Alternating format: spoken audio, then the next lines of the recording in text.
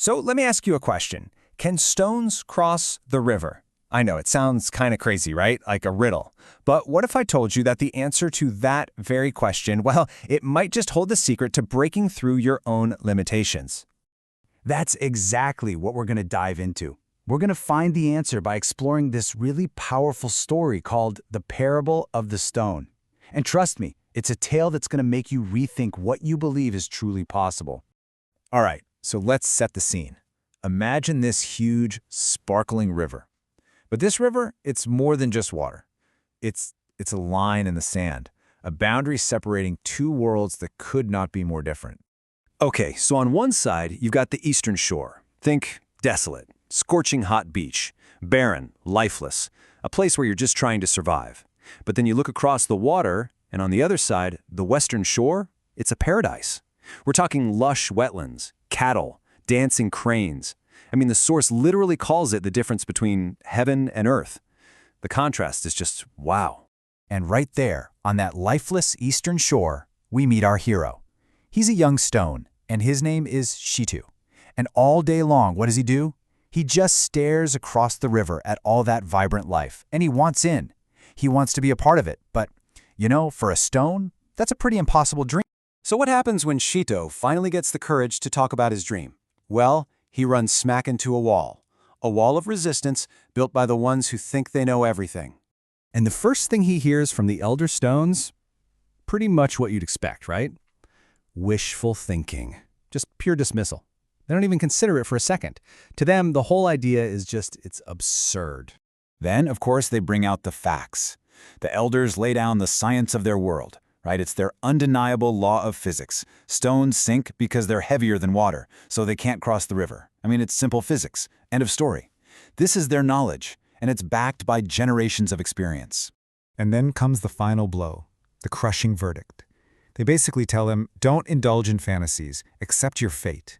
In other words, stop dreaming, kid. This is your reality. You're a stone, and stones don't cross rivers. And you know, this really gets to the core of the whole thing, doesn't it? What do you do when all the facts, all the history, all the experts are telling you that your dream is impossible? Well, this story suggests there's an alternative. It's all about a different way of thinking. This is where we see a really key distinction, the difference between knowledge and wisdom. See, knowledge, that's the stuff you acquire. It's a summary of past experiences. The source uses this great analogy. It's the branches, twigs, and leaves of a tree. It's what's already there. But wisdom is different. That's something you have to cultivate. It's a product of thought, of imagining what could be. It's the fragrant flowers and the amazing fruit that the tree might grow in the future. Okay, so how does wisdom beat a law of physics? I mean, the elders had a point, right? Stones do sink. But here's the thing. Their knowledge was incomplete. They were missing a huge piece of the puzzle. And the way our story solves this, well, it's something you'd never expect. And then, out of nowhere, a totally new factor comes into play. A group of human boys shows up at the riverbank. Now these boys, they don't know anything about the laws of the stones.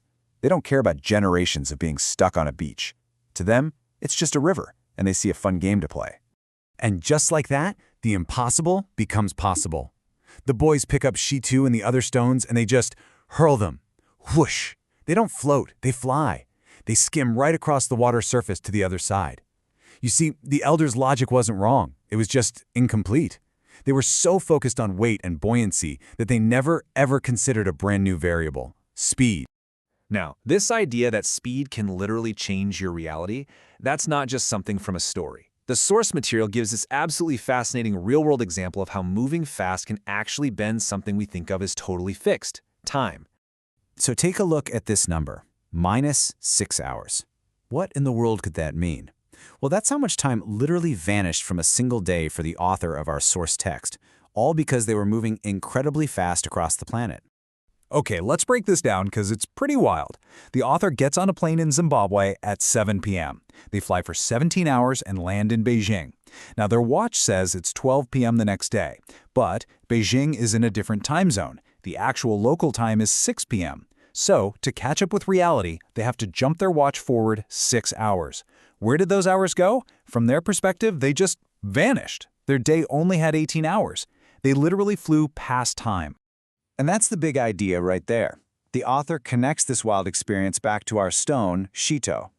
The point is, if enough speed can literally change how you experience time, what other impossible barriers can it help you break through? With the right kind of speed, stones can cross rivers. But here's a crucial twist. We're not just talking about physical speed, like being thrown across a river. We're also talking about mental speed, the ability to make that leap of faith, to see a new possibility. And to do that, the source says you need a very particular mindset. Think about it. Most of the time, our minds are, well, they're cluttered. They're full of so much stuff, right? Fear of failure, anxiety, worry, anger, even the desire to impress people. All of this is like mental baggage. It's what weighs us down, just like the stone's physical weight. It keeps us stuck, anchored to the spot, unable to even see a new way forward. So what's the alternative? The source calls it emptiness. And look, this doesn't mean having a blank mind or thinking about nothing. Not at all. It's about clearing out all that noise. The fear, the ego, the "this is how it's always been done" kind of thinking. It's about creating a space of pure potential where you're just open to new ideas.